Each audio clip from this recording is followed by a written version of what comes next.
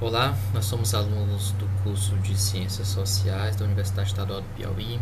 Estamos cursando aqui a disciplina Pensamento Social Brasileiro, com o professor Alvino. E vamos fazer um resumo para vocês sobre o livro sobre o livro Povo Brasileiro, do autor Darcy Ribeiro. Esse livro foi escrito aí mais ou menos, foi publicado em 1995, feito por Darcy Ribeiro, que foi um historiador, antropólogo, político, escritor, tem uma vasta biografia. E ele tenta nesse livro fazer uma análise histórica, tentar identificar um pouco sobre as nossas raízes, sobre as nossas matrizes étnicas e um pouco de como se deu a construção desse povo brasileiro.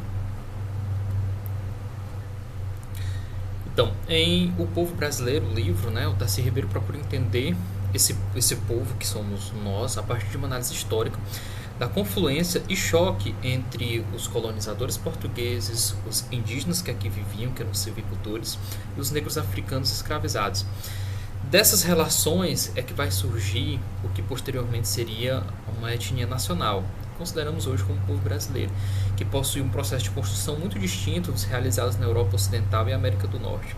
Ele tem como pilar, dentro dessa construção, uma análise de forma histórica, e também procura identificar justamente algumas das diferenças que houveram do nosso processo de construção étnica em relação a outros processos em outras partes do mundo.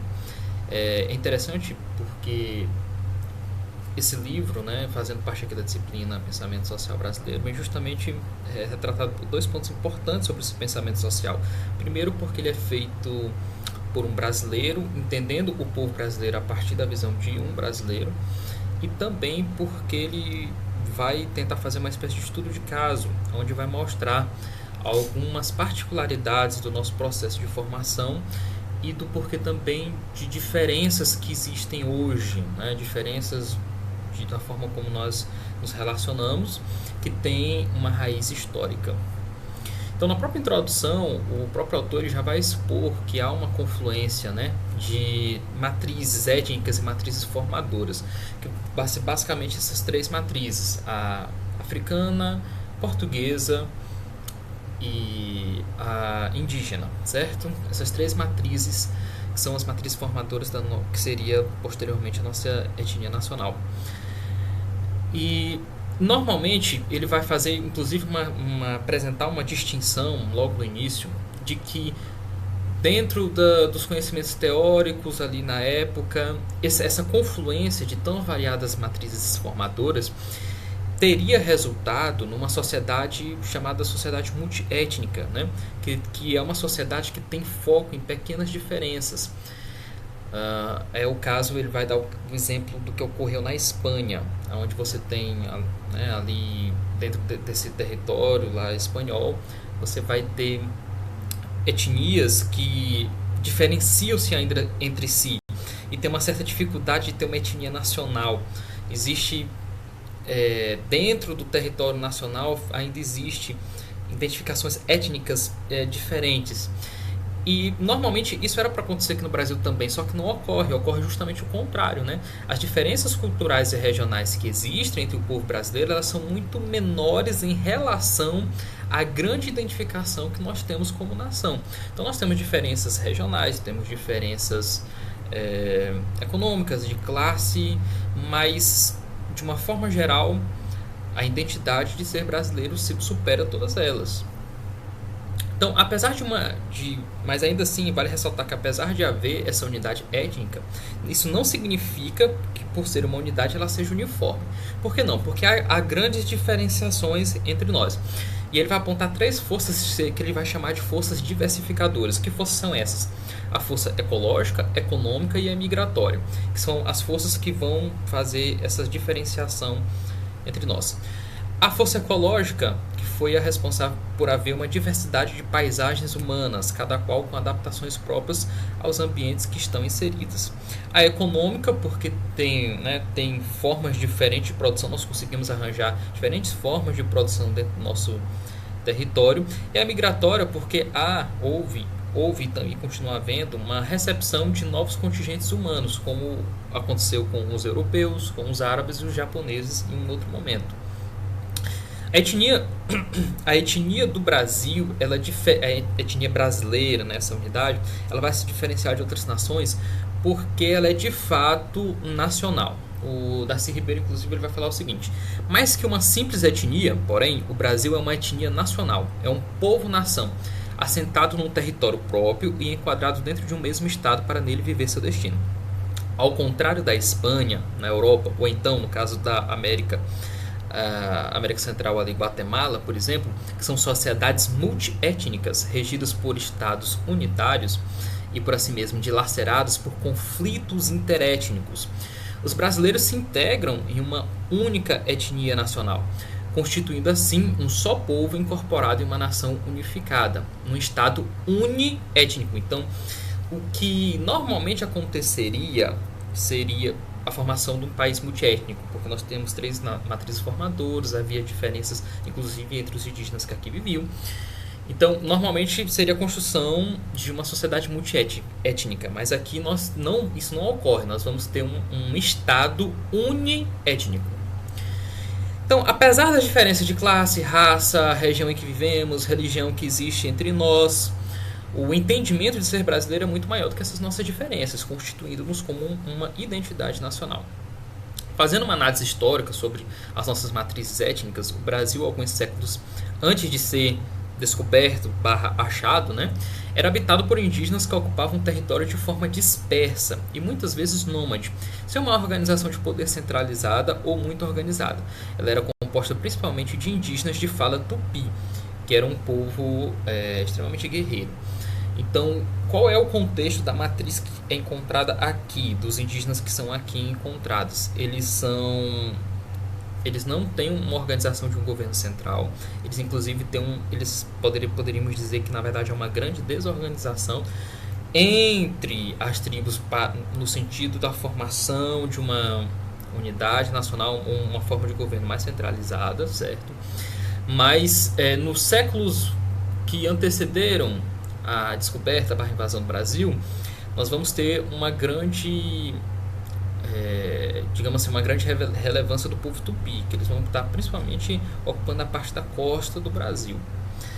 Então esse é o cenário principal onde vai haver os primeiros conflitos entre o povo indígena que aqui vivia e o povo europeu. O primeiro conflito com os portugueses ele acontece no nível epidemiológico, com as pestes que foram trazidas pelos homens brancos, dizimando parte considerável dos povos originários. A questão das pestes que foram trazidas aí, os corpos indígenas não eram preparados para, não tinham um preparo imunológico, e através desse primeiro contato já houve uma dizimação de muitos e muitos e muitos indígenas, tribos inteiras. Foi uma relação epidemiológica muito séria e grave que aconteceu. O segundo conflito que acontece também é de natureza ecológica. Por quê? Porque há uma disputa pelos territórios que aqui existiam e as suas riquezas, evidenciando também um processo de escravização dos indígenas, que vai acontecer em um segundo momento, e a sua realocação como mão de obra mercantilista. Então nós temos esses 3 conflitos: os conflitos epidemiológicos, o conflito ecológico no sentido de territórios, onde obviamente havia a disputa pelos territórios que havia maior riqueza, os europeus tinham interesse onde existia maior concentração de pau-brasil, maior concentração de mercadorias que eles pudessem exportar. E depois o conflito quando ocorre o processo de escravização, quando há a tentativa de escravizar os índios e realocá-los como uma mão de obra mercantilista. No plano étnico-cultural, essa transfiguração se dá pela gestação de uma etnia nova, que foi unificando na língua e nos costumes. Os índios desengajados de seu viver gentílico, os negros trazidos de África, e os europeus aqui colocados, aqui recepcionados. O contexto do Brasil. Viviam aqui aproximadamente 1 milhão de indígenas, certo? Segundo alguns documentos, há divergências, mas uma das fontes que é relativamente aceita é que havia aproximadamente 1 milhão de indígenas vivendo aqui no que a gente compreende como território brasileiro, divididos em diversas tribos, certo? E matrizes culturais também. Destacam-se as tribos de tronco tupi, porém, apesar ter essa questão da mesma língua, né? Elas não podiam se organizar politicamente, porque pela própria questão da divisão tribal, sempre que crescesse muito, essas seriam divididas em uma nova entidade autônoma. E elas afastavam entre si com uma hostilidade recíproca. Então essa desorganização impediu uma frente ampla para conter o avanço da colonização, salvo algumas exceções. Então, de uma forma geral, por que ficou tão, digamos assim, apesar de ter havido algumas resistências, por que foi relativamente fácil acontecer esse embate, né? Principalmente pela dificuldade que havia-se uma desorganização política entre os indígenas que aqui viviam, porque por ser esse formato tribal, impediam que eles se organizassem mais entre tribos, né? De uma forma para ter assim, uma frente ampla para poder conter o avanço do europeu. Porque por esse formato tribal, sempre quando uma tribo estava crescendo bastante, automaticamente ela já ia se dividir, e o que acontecia era assim, essa divisão ela era uma divisão que era sempre com hostilidade. Então procurava se afastar a relação, afastar-se essas tribos. Então isso fazia com que eles ficassem dispersos, tanto na questão territorial de espaço, quanto também na questão né, de relação, né, de relação uns com os outros, e muitas vezes também na questão de fala também. Então, os lusitanos, nesse contexto histórico da colonização brasileira, ele já era uma civilização urbana e também uma civilização classicista, que tinha forte influência e coordenação da Igreja Católica, dirigida pelo Vaticano, como centro de legitimação e sacralização de qualquer empreendimento mundial. Então, todos os empreendimentos mundiais que foram feitos nessa época tinham que ter o aval e a coordenação da Igreja Católica, que é o que há. É o que houve, né? Um aval para a descoberta, que seria o que eles entendiam como descoberta desses novos mundos, uma tentativa de fazer um grande processo de evangelização. Então, o poder português ele havia crescido consideravelmente por alguns fatores, como a Revolução Mercantil, marcada pela nova tecnologia das naus oceânicas. Então, essa tecnologia da construção dessas naus que tinham novas velas próprias para mar alto, a questão deles terem conseguido fazer um leme. Essa nau ela tinha leme fixo, tinha bússola, astrolábio e principalmente os canhões de guerra. Esse conjunto tecnológico foi um contexto muito importante que possibilitou essa conquista de novos territórios, essa expansão ultramarítima. E adjunto a todo esse contexto também tinha uma grande melhoria nas questões das cartas e mapas cartográficos, né? E também uma certa maior disponibilidade de recursos de guerra, como o aço, como o ferro e essas ferramentas também. Então todo esse conjunto ele foi utilizado para que fosse descoberto qualquer pedaço de terra que houvesse nesse mundo, né? Fazendo uma expansão ultramarina, mas que também era travestida, né, como uma expansão da cristandade e de salvação. Então o enfrentamento dos mundos, esse enfrentamento entre o mundo europeu indígena e os indígenas aqui no Brasil, ele se dá de uma visão totalmente oposta, né? Os indígenas, em um primeiro momento, eles vão interpretar a chegada dos europeus dentro de uma certa estrutura mítica, né? Eles vão entender que são uma espécie de divindades que estão ali chegando, principalmente pelas ferramentas que possuíam, né? Ferramentas que eram consideradas sofisticadas, né? Então eles vão entender isso dentro de uma estrutura mítica. Mas num primeiro momento. Mas no segundo momento eles ainda tentando entrar nessa estrutura mítica, eles têm uma certa crise dentro dessa estrutura, porque começa a aparecer a questão das epidemias. E aí há grandes mortes, há grande sofrimento, há há um processo de desgaste muito grande, e aí tem a tentativa de escravização, e aí nisso eles começam a interpretar, tem uma certa crise ali na estrutura mística deles, perguntando se o deus Maíra deles ainda estava vivo, enfim, essa foi a interpretação. Agora, para os europeus, o que representava? O que representou essa chegada? A terra, né? A terra que chegava, eles tinham a visão desse território aqui como uma terra que era a praça dos seus ganhos, dos seus ouros, das suas glórias. Porque eles viam aqui o povo que vivia aqui como pessoas vadias, né? Porque eram pessoas que eram saudáveis, mas que não produziam nada. Porque os índios que aqui viviam, eles não tinham essa cultura de acumulação de bens tais quais como a gente tem na Europa Ocidental nessa época. Então era muito comum haver compartilhamento de coisas, né?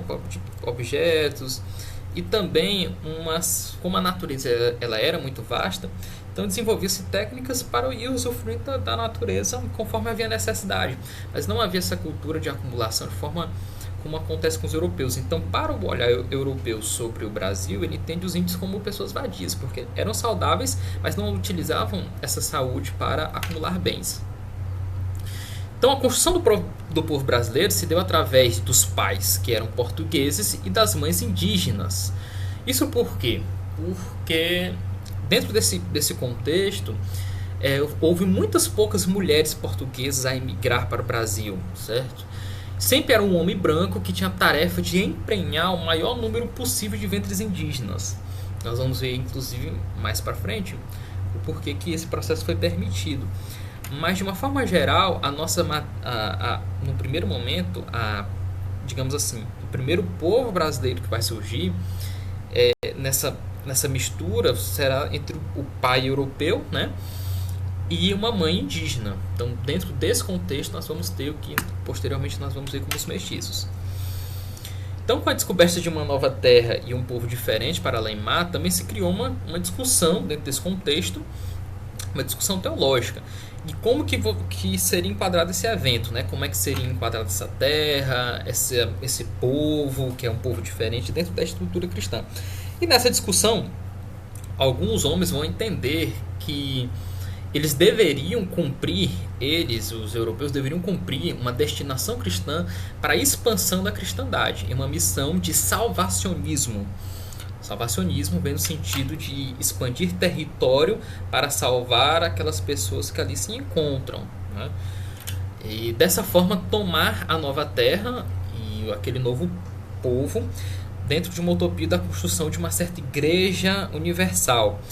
Fazer a construção de uma república que seriam de homens santos e de homens piedosos, feitos com esses índios que seriam convertidos.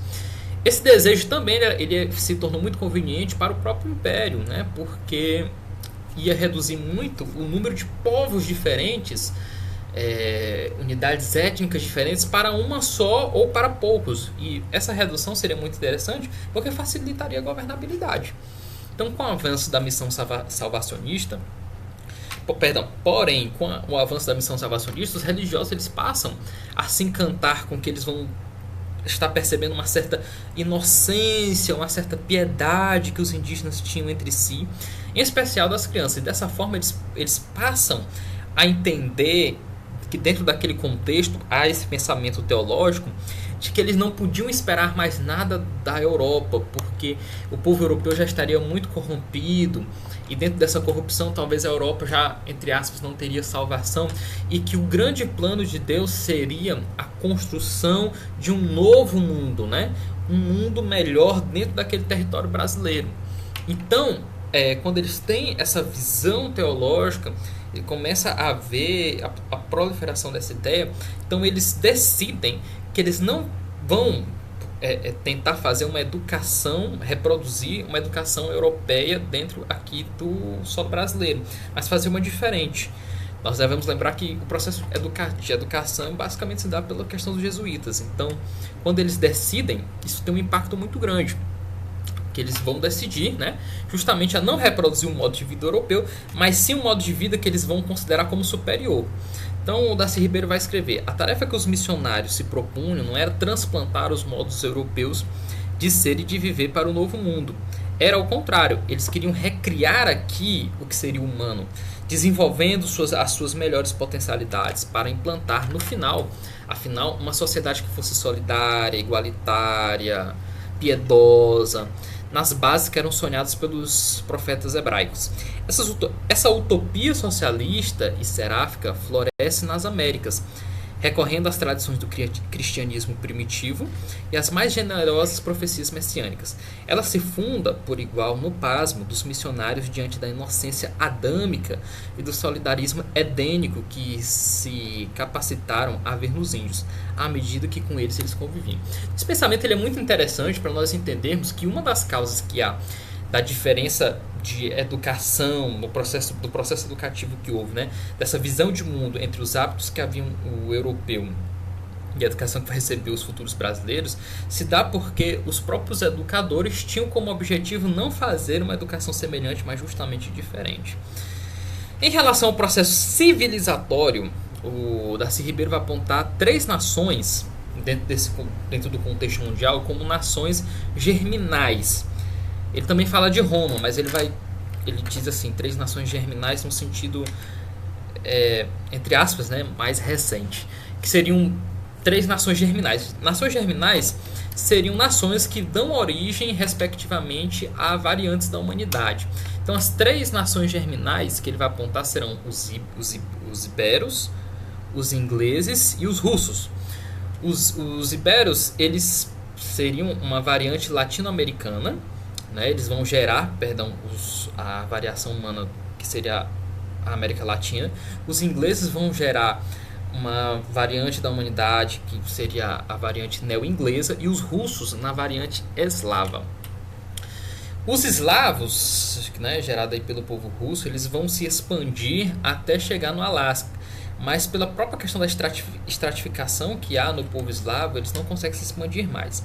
Os ingleses, eles se expandem no formato de expandirem-se como uma burguesia industrial, e com esse pensamento também. Só que, porém, diferenciando-se, no nosso caso ibero, porque ele não tem um propósito salvacionista, como acontece aqui conosco. Eles tinham o objetivo de povoar as novas terras com o excedente do povo inglês. Basicamente, a ideia é o seguinte: dentro do território inglês tem gente demais, e essas pessoas que estão aqui, digamos assim, sobrando, nós vamos colocar para povoar as novas terras, entre aspas, descobertas. É um plano totalmente diferente do que vem ocorrer no Brasil, porque aqui no Brasil o propósito é salvacionismo, é de pegar os povos que aqui vivem, é de fazer uma exploração da terra, fazendo essa exploração para levar para a colônia. E também fazendo uma exploração do povo que aqui está, fazendo uma exploração escravista, né? Ou seja, utilizar a mão de obra que aqui os povos que aqui haviam como mão de obra. E também fazendo a questão salvacionista de conversão, de converter aquele pensamento, aquela cultura dentro de um processo cristão. Então é totalmente diferente o caso que há entre a expansão inglesa e a expansão ibérica. E o processo civilizatório no Brasil ele vai acontecer num contexto específico, com a concretização dessas tecnologias de navegação que eu já falei anteriormente, né? E a formação da União Ibérica. O que foi a União Ibérica? Foi a união da coroa espanhola e da coroa portuguesa, em um momento da história onde teve uma certa dificuldade de haver continuidade no trono, né? Ali no trono português houve uma união entre a coroa espanhola e a coroa portuguesa, sendo a coroa, naquele primeiro momento, a coroa espanhola fazendo essa liderança, né? Então eles se juntaram para formando o que nós vamos entender como União Ibérica, e aproveitando esse contexto de concretizar essas tecnologias de navegação, eles se lançam para fazer a exploração das terras para o além-mar. E eles vão descobrir toda essa parte da que a gente conhece como América Latina, essa América Central, essa América do Sul, né? E quando eles descobrem, eles fazem esse processo de aculturação, exploração, eles chegam inclusive a estabelecer o que seriam os fundamentos do primeiro sistema econômico mundial. Então, há dois estilos de colonização. O Darcy Ribeiro vai apontar que houve dois estilos de colonização. A colonização do sul e a colonização do norte. A colonização do sul, que é feita pelos ingleses, né, e a colonização...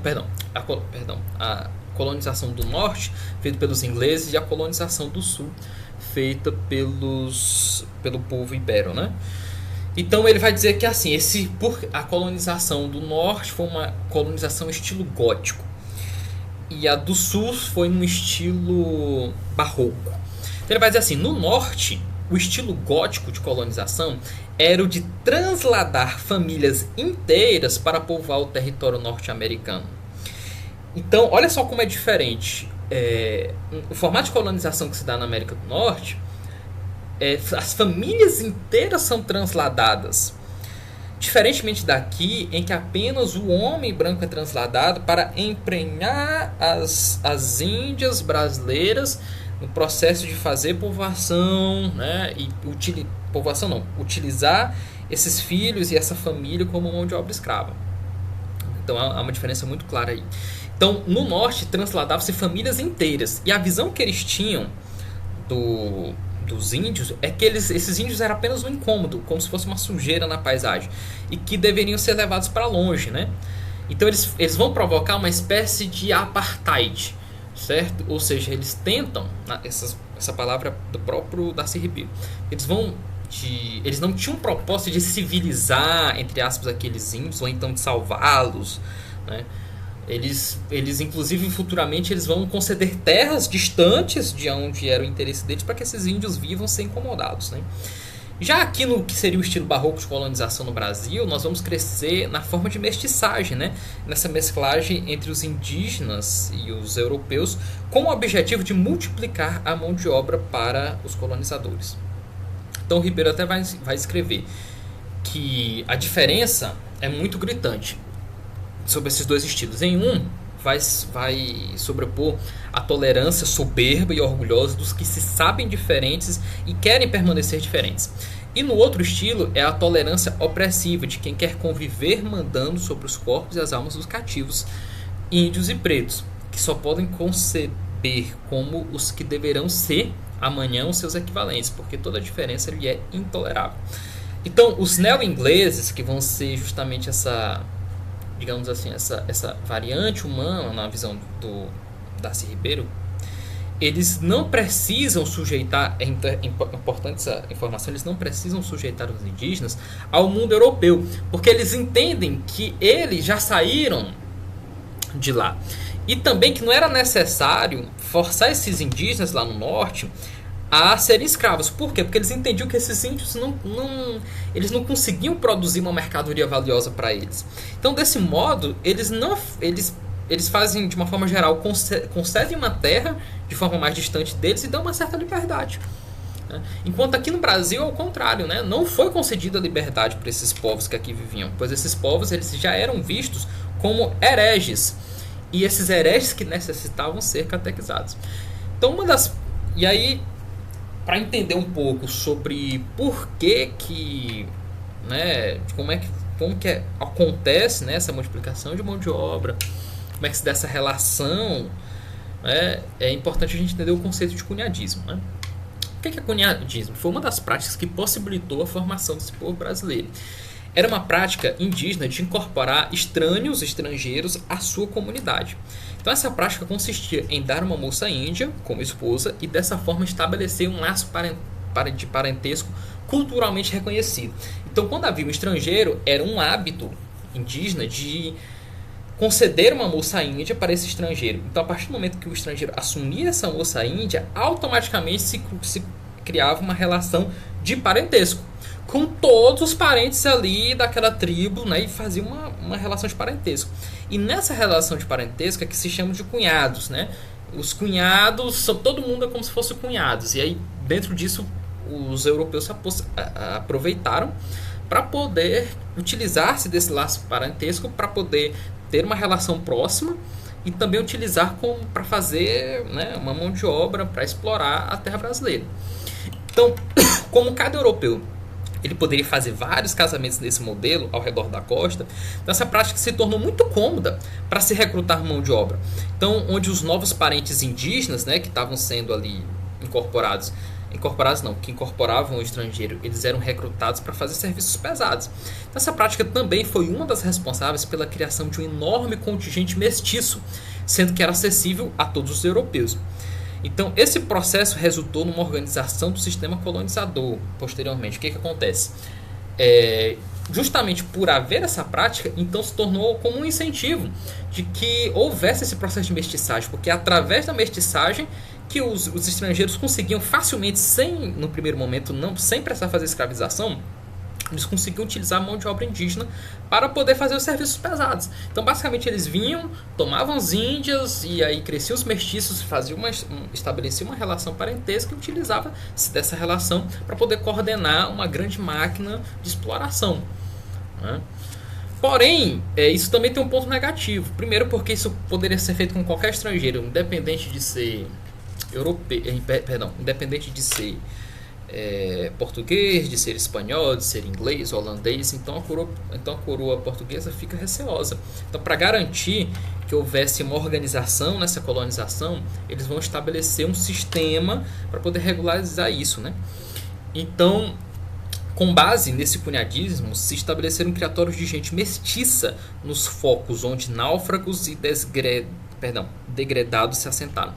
Então, primeiro, junto com os índios nas aldeias, né, quando eles começam a adotar os seus costumes, vivendo como eles, furando os beiços, as orelhas e até participando dos cerimoniais antropofágicos, comendo gente. E eles começam a aprender a língua e se familiarizam com a cultura indígena. Então muitos chegam a gostar tanto que decidem ficar, né, na boa vida com os índios, amistosos e úteis. Mas outros, eles vão formar unidades apartadas das aldeias, compostas por eles, as suas múltiplas mulheres indígenas e seus numerosos filhos, sempre em contável com essas parentelas, né? Então a sobrevivência desse povo era garantida pelos próprios índios que conheciam, né, conheciam a terra, e também porque a sobrevivência, né, pelos índios, e também porque se viabilizou porque era uma atividade automaticamente nociva à economia mercantil, porque era capaz de operar com uma agência civilizatória pela intermediação do escambo, trocando artigos europeus pela mercadoria da terra. Então, esses europeus, o que acontece nesses europeus, quando ocorre o processo do cunhadismo, quando cresce bastante, uma grande parte deles se separam e eles vão formar esse novo contingente, né? Essa nova forma diferente, onde você tem ali ele, europeu, com várias e várias mulheres indígenas que vão ter vários e vários filhos, uma relação parentesca com os demais indígenas de onde eles vieram, mas com autonomia para poder utilizar essa mão de obra. Então, dessa forma, vai nascer o que se chama de núcleos de criatórios de gente mestiça, que ocorreu principalmente em São Paulo, na figura de João Ramalho, na Bahia, com a figura de Diogo Álvares, e também numa outra parte lá em Pernambuco também vai haver, que são esses criatórios de gente, onde esses europeus, através do cunhadismo, formavam esse criatório de pessoas mestiças.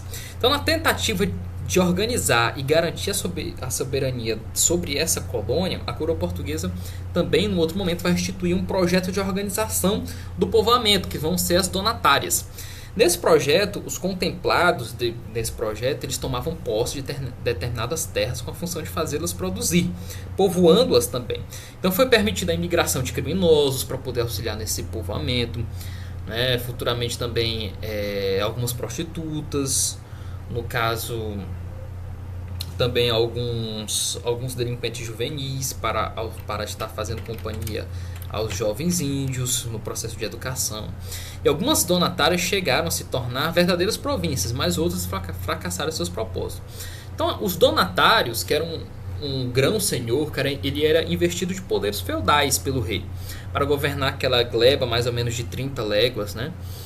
E ele tinha um poder político de fundar vilas, conceder sesmarias, licenciar artesãos, licenciar comerciantes, e tinha um poder econômico de explorar diretamente ou através de algum intermediário as suas terras, e com o direito também de impor a pena capital. Porém, devido à grande hostilidade dos indígenas que se estabeleciam em áreas dominadas também por franceses, porque até devemos lembrar que o Brasil é muito grande e houve também áreas dominadas pelos franceses, como foi o caso ali onde a gente conhece como Rio de Janeiro, onde houve a presença dos franceses e também através da questão do cunhadismo, mas lá com os franceses, né? Então, devido a uma grande hostilidade que houve dos indígenas que se estabeleciam em áreas com essas áreas dos franceses, então alguns donatários chegaram até mesmo a serem devorados. Houve um problema em relação à questão dos donatários, justamente porque havia essa hostilidade indígena. Então a coroa portuguesa decidiu implantar um governo geral, instituir um governador, que seria Tomé de Souza. E então o governador ele chega, ele se instala na Bahia e ele vai chegar trazendo diversos militares e profissionais de todas as áreas. Chegam dentistas, chegam médicos, chegam artesãos, profissionais de todas as áreas. E ele também vai migrar os diversos trombadinhas, que é o que o Darcy chama, né, que são os meninos delinquentes, para conviver junto com os jovens índios participando da educação católica. Durante um segundo período era possível alienar, durante um certo período era possível alienar a mão de obra indígena com a troca de bugigangas, ferramentas de trabalho. Porém, em um determinado momento essa troca fica mais cara e aí o europeu passa a impor a escravização indígena, né? E simultaneamente nesse processo vai surgir uma certa nova formação brasileira. O que o Ribeiro vai escrever? Que ia surgir no Nordeste açucareiro uma nova formação de brasileiro, compostos de mamelucos, ou também a mesma coisa de brasilíndios, gerados pela mestiçagem de europeus com índios. E logo esse novo contingente se desdobrou pela presença precoce e cada vez mais maciça também de escravos africanos. Inclusive algumas mulheres, né, que passavam a gerar mulatos e mulatas que já nasciam, né, nesse projeto proto-brasileiro por carência, uma vez que não eram assimiláveis aos índios europeus e aos africanos e aos seus mestiços. Em razão dessa presença negra e mulata, e sobretudo pelo reconhecimento posteriormente alcançado, aquela matriz logo se singularizou profundamente. Então, é construída dentro desse contingente humano, um processo de escravização que depois começa a ficar escasso em relação aos indígenas, e também havia um outro problema porque os indígenas eram considerados não forte suficiente para o trabalho, ou então, tudo isso na visão do europeu, né? Eram considerados não entendedores de fazer um serviço mais especializado. Vai haver, de forma muito ampla, a escravização do povo africano. Então, esse povo, quando ele chega, ele vai estar, no primeiro momento, não tem um impacto significativo, porque já a mestiçagem, aquela primeira mestiçagem do brasilíndio já era muito... já estava bem estabelecida, mas conforme eles vão se reproduzindo, também começa a haver esse processo, né, de mestiçagem de uma forma geral. Então é assim construída o que ele vai entender como uma área cultural crioula, que é a dicotomia entre a casa grande e a senzala, que posteriormente uma parte dessa matriz vai assumir as funções de criadores de gado, que vão dar origem ao cabeça-chata nordestino. Então, a expansão do domínio português se dá, de uma forma geral, pelos brasilíndios ou os mamelucos. Quem são esse povo? Que é o que vai permitir o domínio português e a expansão desse domínio. Eram os filhos gerados pelos pais europeus e as mães indígenas. Esses brasilíndios, eles se utilizavam do conhecimento que eles tinham do território, porque eles também tinham essa identificação indígena. Perdão, não é identificação indígena, mas eles carregavam um certo conhecimento, né, sobre a terra, conhecimento que herdaram dos indígenas, né? E eles utilizavam disso para fazer uma troca mercantil. Então, porém, qual era o grande problema de identidades? Eles eram rejeitados duplamente, porque o pai europeu não via eles como europeu, né? Porque eles eram como filhos bastardos, né? E a família materna, que era a família indígena, também não via ele como indígenas. Porque na visão dos indígenas que aqui viviam, a mulher ela era apenas um saco para a semente masculina. Então pertencia à figura do homem. Só que o homem também a rejeitava essa essa paternidade, por assim dizer. Então, nesse vácuo é que esse brasilíndio, ou também chamado mameluco, desamparado pelos seus ancestrais, vai construir o que nós entendemos hoje como identidade brasileira.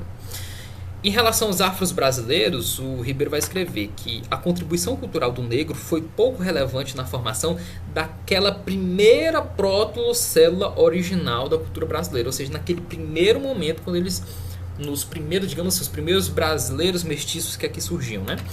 Porque eles são aliciados para incrementar a produção açucareira, né, e iriam compor o contingente fundamental da mão de obra. Então, apesar de ter um papel como agente cultural, ele ser mais passivo do que ativo, o negro ele teve uma grande importância crucial, ele vai ter essa importância crucial, tanto na sua presença como massa trabalhadora, que ele vai conseguir produzir quase tudo que aqui já conseguiu, que nós conseguimos fazer, como também pela uma introdução que ele há, que é sorrateira, mais tenaz, mas que remarcou a amálgama racial e cultural do brasileiro também, com suas cores mais fortes.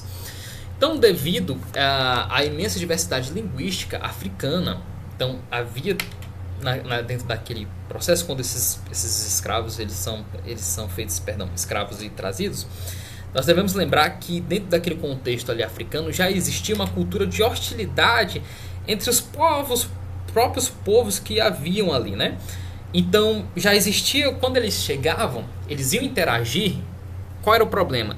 Naturalmente, herdando, né, do país de origem, já havia uma distância, né, uma hostilidade entre as tribos que tinham. Até a religião também era utilizada como, né, uma diferença hostil entre eles. E os colonizadores tinham sempre a estratégia de evitar a concentração de escravos de uma mesma etnia. Então, essa configuração impediu que esses escravos eles conseguissem reter o patrimônio cultural africano. Porém, quando, né, onde o índio cada vez mais ficava escasso, o negro ele ia começar a exercer um papel decisivo na formação da sociedade local. Então, os negros eles seriam, por excelência, o agente de europeização que iria difundir a língua do colonizador, que é o português, e que ensinaria aos escravos recém-chegados as técnicas do trabalho, as normas e os valores próprios da subcultura a qual eles estavam se vendo incorporados. Então eles conseguem, ainda assim, exercer uma influência, seja emprestando dengues, né, esse jeito diferenciado, né, de falar ao lusitano, seja também impregnando todo o seu contexto com um pouco que ele conseguiu preservar da herança cultural africana.